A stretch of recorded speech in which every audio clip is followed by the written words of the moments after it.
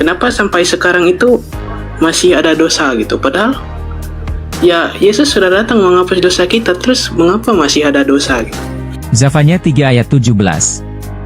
Tuhan Allahmu ada di antaramu sebagai pahlawan yang memberi kemenangan.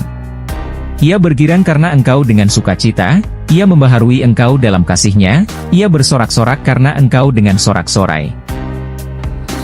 Yesus itu kan datang ke dunia untuk menebus dosa manusia kan? Nah, pertanyaannya, soalnya ini Kak, ini masih jadi kebimbangan saya, pertanyaan saya gitu. Kenapa sampai sekarang itu masih ada dosa gitu? Padahal ya Yesus sudah datang menghapus dosa kita, terus mengapa masih ada dosa gitu? Ya itu yang kamu salah. Yesus tidak datang tebus dosa. Kamu tahu nggak arti tebus itu apa? Membayar. Membayar. Mengambil kembali toh? Ya, mengambil kembali. Ya. Yang Yesus ambil kembali itu ya manusia dari dosa. Nggak dosanya yang diambil. Ibaratnya apa ya?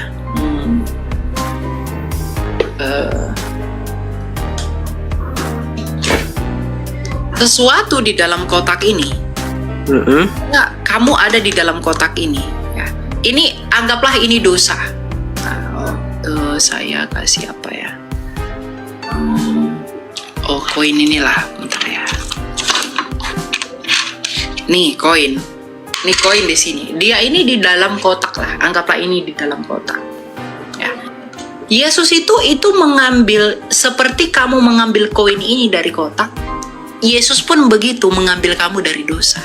Dia mengambil kalau kotak ini adalah dosa, maka kamu ini diambil Kristus dari dosa. Karena kita sudah terjual di bawah kuasa dosa, maka Yesus mengambil kita kembali menjadi miliknya.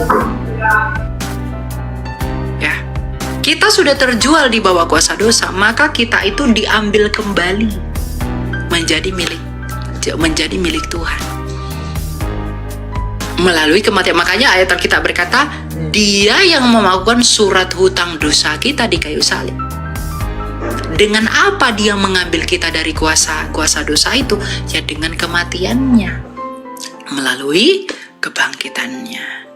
Jadi kenapa dosa itu masih ada, Elia? Ya kamu masih di dunia ini. Makanya di dalam Wahyu nanti Tuhan Yesus berkata, lihatlah, Aku menjadikan segala sesuatu menjadi baru, di mana dosa tidak ada lagi.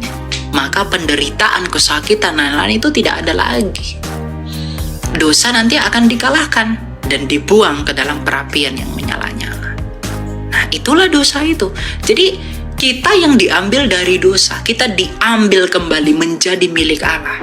Karena kitanya tadi sudah di bawah, di dalam kuasa dosa, maka Kristus datang mengambil kita dari kuasa dosa.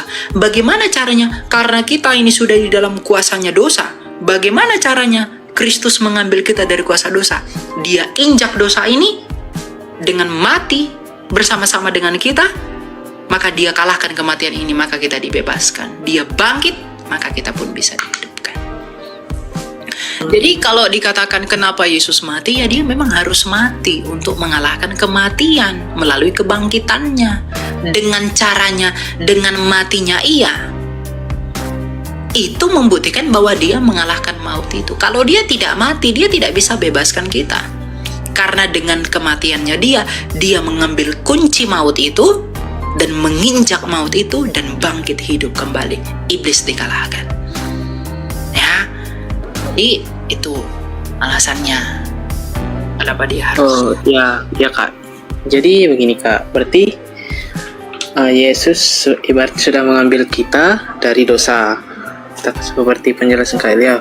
Berarti manusia sekarang nggak berdosa lagi, Bukan nggak berdosa, kuasa maut dan kematian itu tidak lagi berkuasa atas kita. Dosa tetap ada, tapi kita tidak lagi di dalam kuasa maut itu. Dan itu tidak bisa kamu nilai di dunia. Itu nanti setelah kematianmu. Kalau kamu sudah mati dan kamu tidak percaya Yesus, dosamu itu akan membawa kamu ke dalam alam maut. terpisah dengan Allah. Tapi ketika kamu percaya Yesus, malaikat akan datang menuntun rohmu ke Firdaus. Waktu itu nanti kamu rasakan, kamu tidak rasakan sekarang. Karena roh ini kan yang kekal, tubuh ini tidak, tubuh berdosa ini tidak. Oke, baik, terima kasih Kak Elia. Salam. Ya, gitu ya. Oke. Thank you for the happiest year of my life.